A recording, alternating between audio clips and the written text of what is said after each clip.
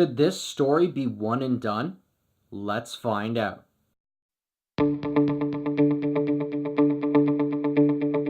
Hello Fanatics, I'm Phillips, and this is the Film Fanatic Review bringing you Solo, a Star Wars story, starring Alden Ehrenreich, Emilia, Clarke, and Donald Glover. First, we'll tell you what the movie is about, and our initial thoughts. Then we'll move on to our spoiler-free likes and dislikes. We'll finish up with some spoiler-heavy thoughts on this film, and our final word. Solo, a Star Wars story follows the story of an expelled Imperial Flight cadet who meets a monstrous wookie and famed smuggler, sending him on a path into the criminal underworld of the galaxy. Overall, I liked this film. It's been getting a lot of unfavorable reviews, but I think it deserves a little bit better. For what I liked about this film, let's start off with the premise. This film takes us deeper into the world of Star Wars, pushing farther away from the stories of the Skywalkers to focus on the other parts of the universe. This story may center around fan favorite Han Solo, but it also dives into the criminal underworld of the galaxy and what goes on beyond the fight between the Empire and Rebellion, setting up an interesting premise for a different type of trilogy. The cinematography and practical effects in this film give it a more retro feel similar to that of Rogue One and the original trilogy, while also giving itself its own suave and criminal atmosphere, adding that to this universe. As for the performances, they were pretty decent across the board. I will say I wasn't too keen on Alden's Han Solo, but it seems he got more comfortable as the movie went on. And the film has a surprising cameo which I thought was more positive than negative, and I'll explain more in the spoiler section. However, for a Star Wars film, the score is terribly underwhelming, with an easily forgettable melody. The characters have no real arcs in this film, and yet we're expected to invest in them and their stories because they're names that we know from previous movies. The issues with the characters aren't the only problem with this script, as it doesn't have the emotional impact that you'd expect from a Star Wars film.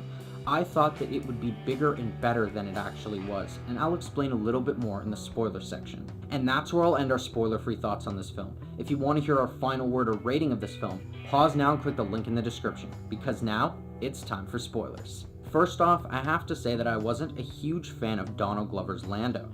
Billy Dee plays him with this suave and charismatic feel, but Donald played it with this pompous atmosphere about him, and I just couldn't get on board.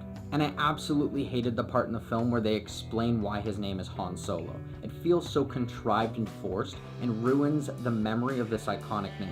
So as we know, the cameo in this film was the return of Darth Maul to the film universe, and as some fans know, this isn't the first time he has resurfaced. While some see it as a gimmicky way to add an old face to the franchise, I actually thought it was great. Darth Maul was one of the highlights of the prequel trilogy, delivering the greatest lightsaber fight in any Star Wars film. Knowing his story and his hatred for both the Empire and Rebellion, it makes sense that he would find himself in the underworld looking for ways to destroy both sides. This doesn't mean Han Solo would single-handedly defeat Darth Maul, but it calls for a potential lead-in to an Obi-Wan trilogy, and that's all we could ever ask for. As for the issues with the story and the complaints from the critics, I wanted to chime in with my 2 cents. I think that the Star Wars stories outside of the episodic format need to be focused on new stories, not constantly looking at beloved characters and their origins.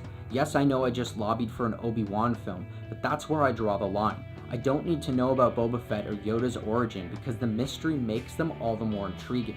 Would this film have gotten as much harsh criticism if it were focused on Joe Smuggler, who happened to hear about Han Solo through his contacts?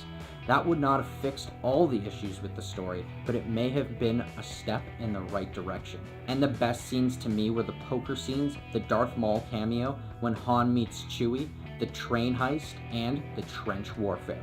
So, with the thoughts heard, here's our final word.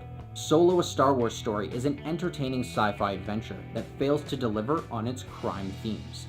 While the story could have been better as an original idea, it explores a previously unknown part of the universe, setting up a world worthy of another look.